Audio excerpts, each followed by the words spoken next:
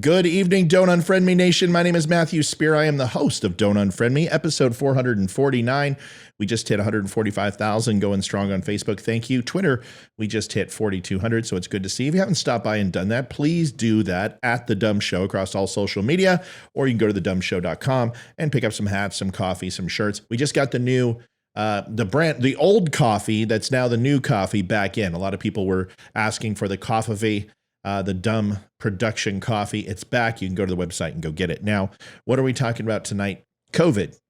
And I'm done being afraid of saying the word COVID. It got to a point where I lost my YouTube channel. Twitter suspended me. Facebook put me on a year restriction just because I said the word COVID in a live show after a viewer asked a question. Incredible stuff. They also got me for showing a couple of Donald Trump rallies. These things are not in their bylaws, but unfortunately, even if you produce or distribute something that they consider to be inaccurate, you get banned for it. Little did I know. This is the ebb and flow and tug rope of what's been going on. This tug of war between social media, the narrative, and the administration and the truth. Tonight, we got information. Obviously, everyone's been seeing it. The Department of Energy and the FBI, you might say why the DOE, we'll go over it in a second, are saying that adding credence to the supposed conspiracy theory that COVID originated in a Wuhan lab is something that's been general knowledge and most of us have been saying for 2 years now. We're going to talk about it tonight. We're going to go into very specific detail because you have to be careful. You say one thing that they consider to be untrue and they'll yank you. All sources have been cited. There shouldn't be any reason to do that tonight. Right after the Hodge twins and you hear this message, we will be right back. Hey, Hodge twins here. Check out our friend Matthew Spear at his podcast at The Dumb Show and his website, don'tunfriendme.com. Yeah.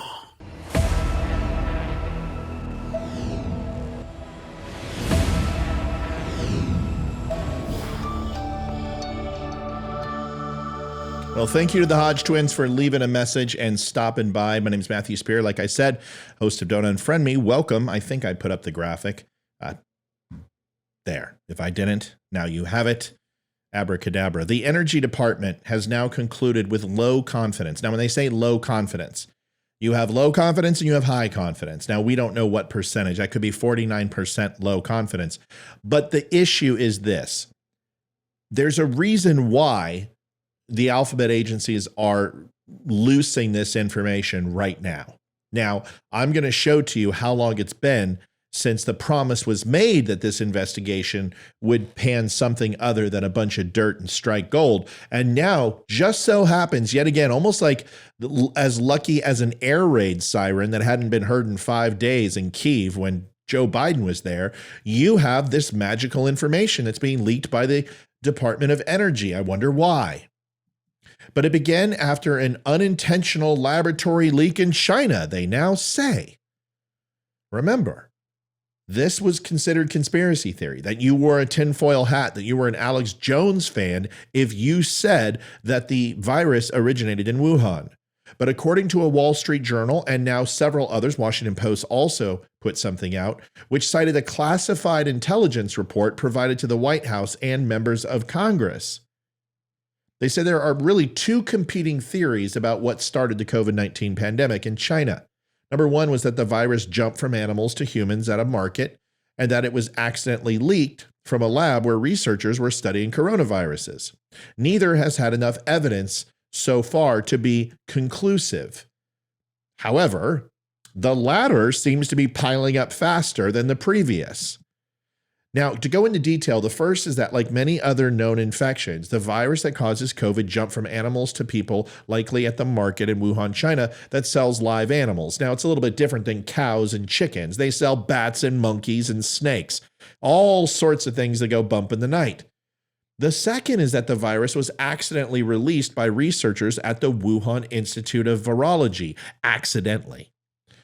A scientific lab in Wuhan, a few miles from the wet market that I just previously described, is the scenario where researchers who were studying the SARS-CoV-2 virus, or one similar to it, accidentally infected themselves, passing it on to others. Now, Obviously, that sounds kind of crazy, accidentally infected each other.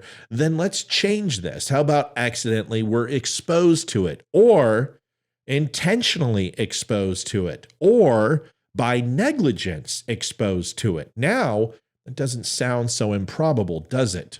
Support for this comes from the fact that researchers at the lab were known to be studying coronaviruses in the same family as SARS-CoV-2, and lab accidents have occurred in the past.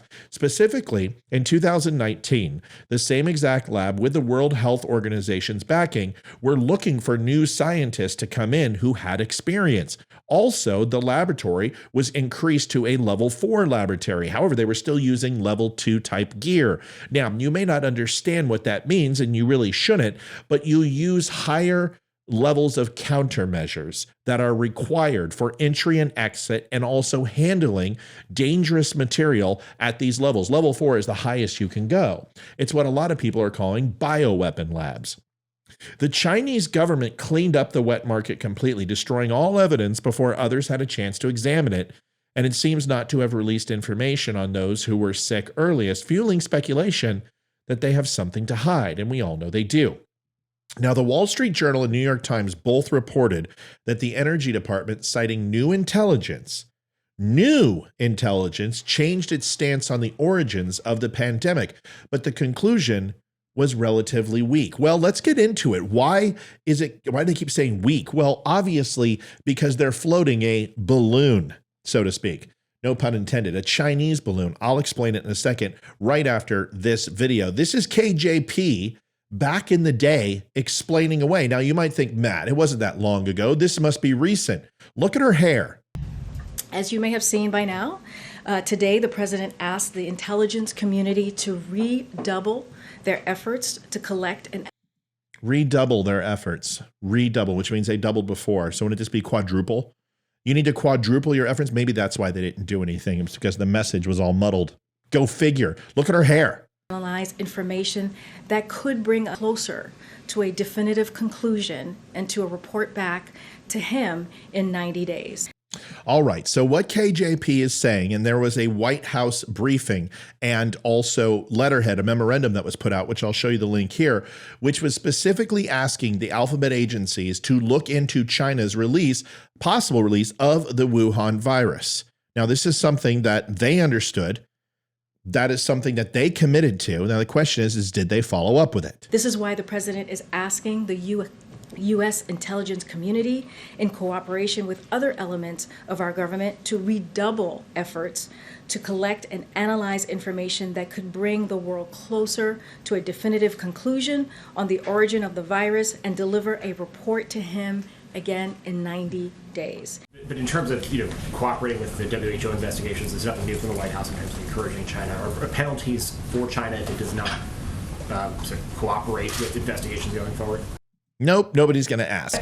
I'm not going to prejudge or make any pre-announcements at this time. We're going to go with the 90-day investigation and see where it takes us from there. On that 90-day investigation, is the White House committing to making the results of that investigation public? Hey, there it is.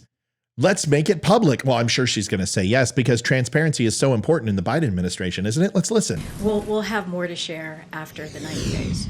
Son of a bitch. Well, I guess not. Well, the question is, maybe not after 90 days, but I must have missed the article. There should be something by now, right? I mean, we have to have it.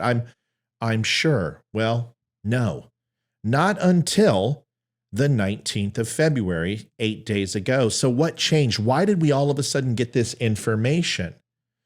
So here it is. The U.S. intelligence apparatus of the United States has suggested that China is considering providing arms and ammunition to Russia.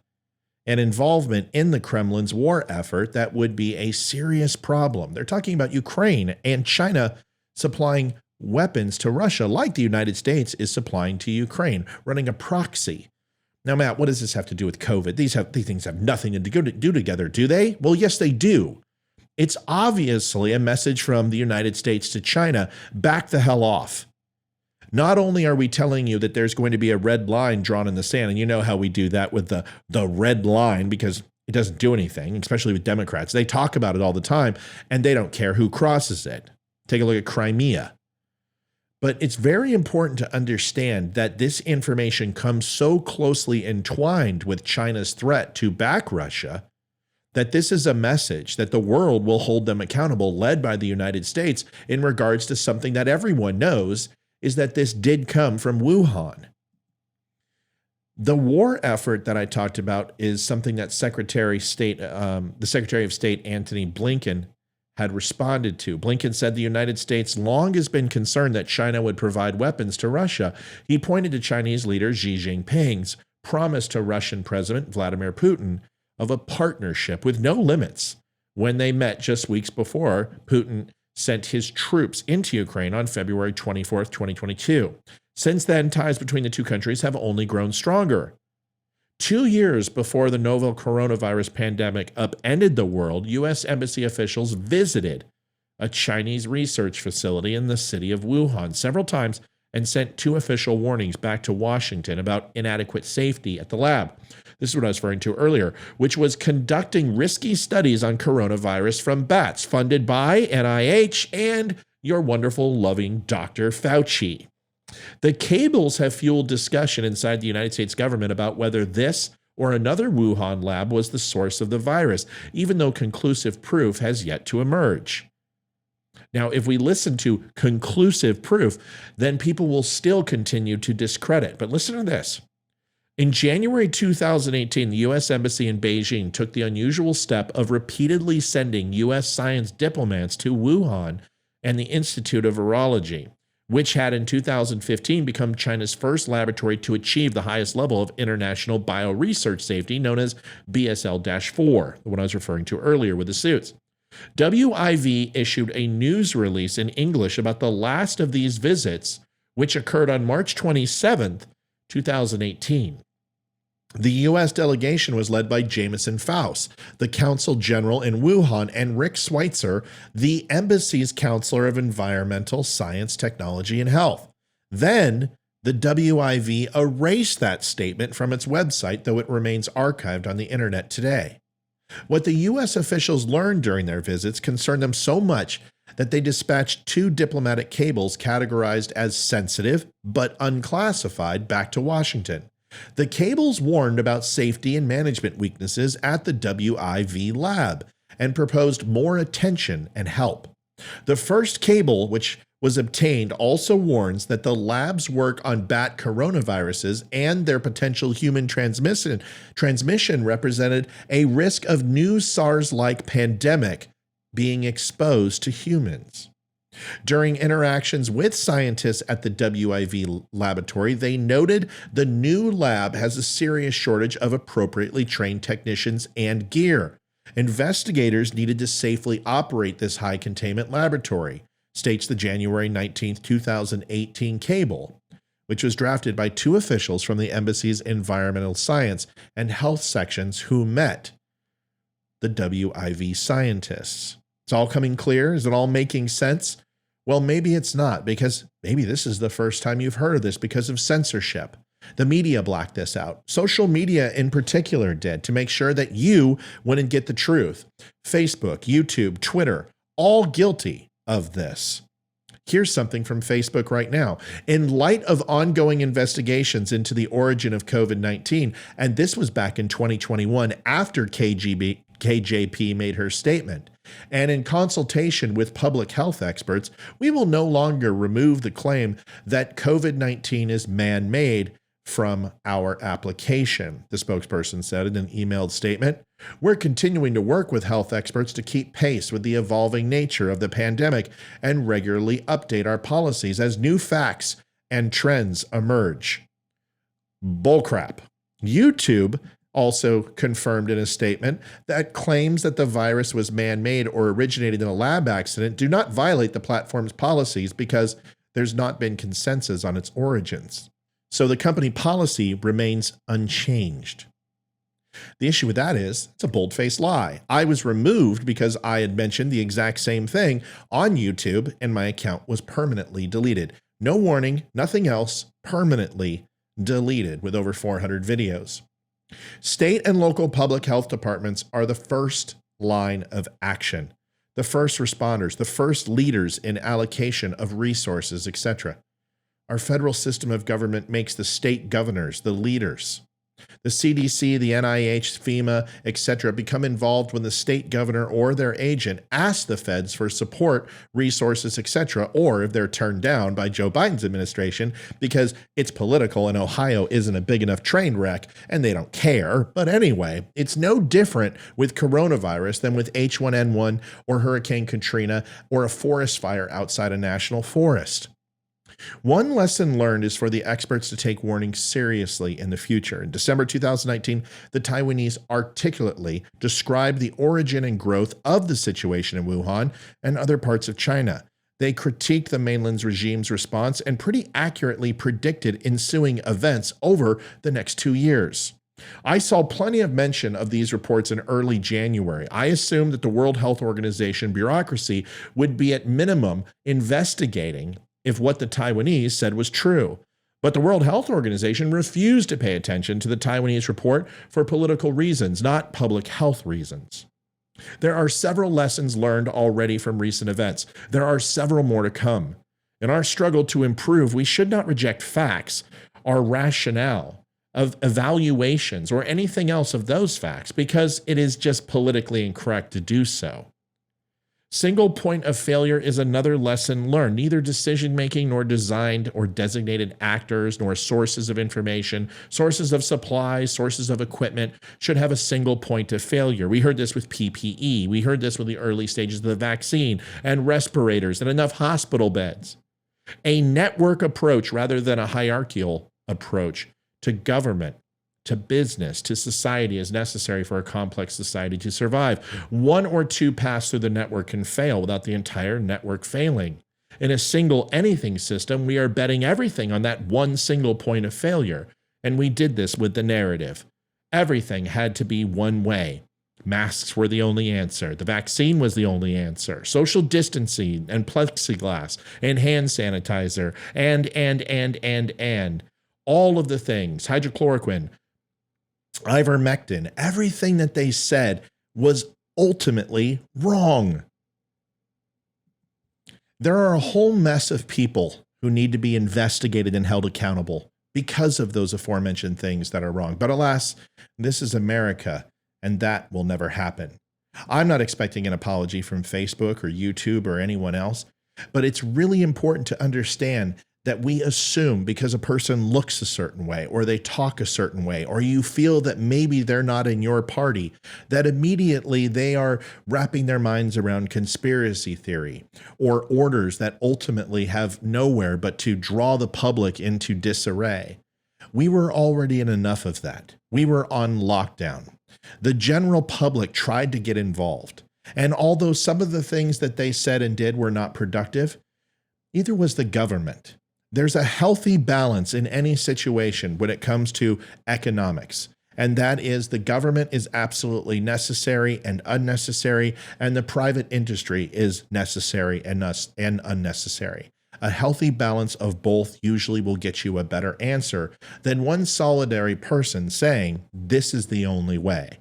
That person is Dr. Fauci, and I hope to God somebody is going to hold the man accountable.